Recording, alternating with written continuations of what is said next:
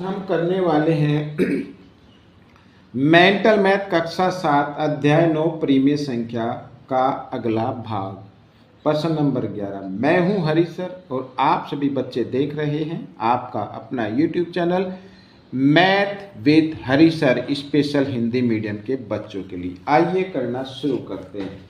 तो ये रहा आपके सामने बच्चों प्रश्न नंबर 11। ठीक है, क्या कहता है देखो, बहुत ही आसान है प्रश्न नंबर 11।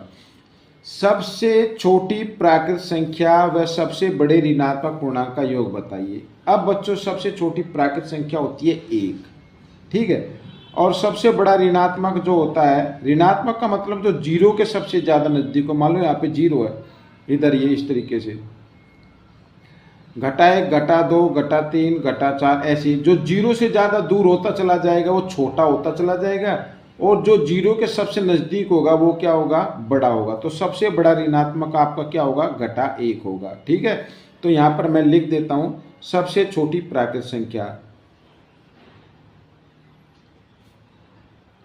माइंड में करने वाले हैं ये क्वेश्चन। सबसे छोटी प्राकृत संख्या क्या है बच्चों, 1, और सबसे बड़ी ऋणात्मक संख्या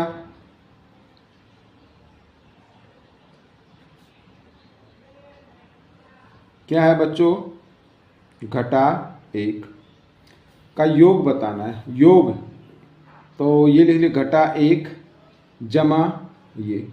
भाई योग करने के लिए आगे पीछे लिखा जा सकता है, कोई फर्क नहीं पड़ता। तो घटा जमा घटा कट गए तो 0 आ गया। ठीक है, हो गया आपका प्रश्न। प्रश्न नंबर 12 क्या कहता है, सबसे छोटी पूर्ण संख्या तथा सबसे छोटे धनात्मक पूर्णांक का गुणनफल बताना है। गुणनफल बताना है। तो सबसे छोटी पूर्ण संख्या होती है बच्चों क्या, सबसे छोटी पूर्ण संख्या होती है 0। क्या होती है, 0 होती है बच्चों सबसे छोटी पूर्ण संख्या। यहाँ पे लिख देता हूं, मच्छर था काफी परेशान कर रहे हैं अभी भी।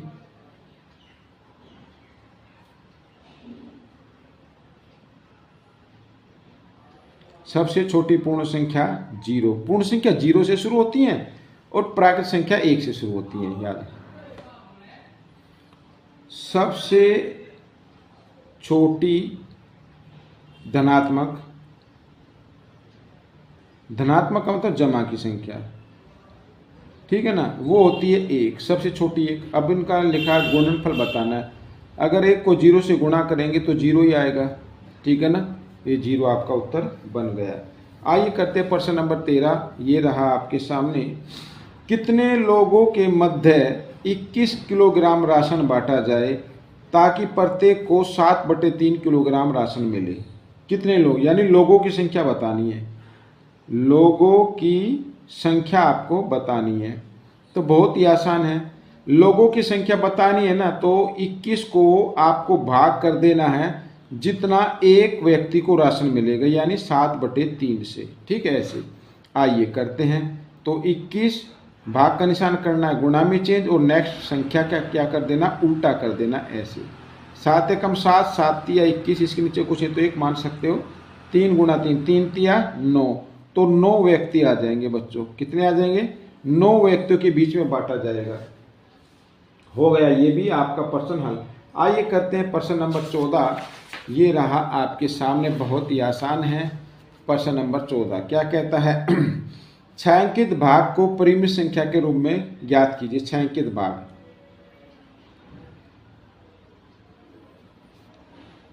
और जो छायांकित भाग नहीं उसको भी कर सकते हैं, बस ये करना। टोटल नंबर नीचे कि टोटल बॉक्स कितने, 1 2 3 4 5 6 7 8, 8 ये 16 हो गए। टोटल बॉक्स नीचे आ जाएगा, ठीक है, 16 है टोटल बॉक्स। और छाया वाले कितने, 1 2 3 4 5, 5 ऊपर आ जाएगा। ये छायांकित भाग का आ गया, यही आपका उत्तर है। अगर ये पूछा जाता कि जो छायांकित भाग नहीं है उसकी परिमेय संख्या बताओ, परिमेय संख्या में, तो टोटल भाग तो नीचे ही रहेगा। अब जो छायांकित नहीं है वो कितने, 1 2 3 4 5 6 7 8 9 10 11, 11 ऊपर आ जाएगा। इस तरीके से करना है, ठीक है। आपका आंसर ये है।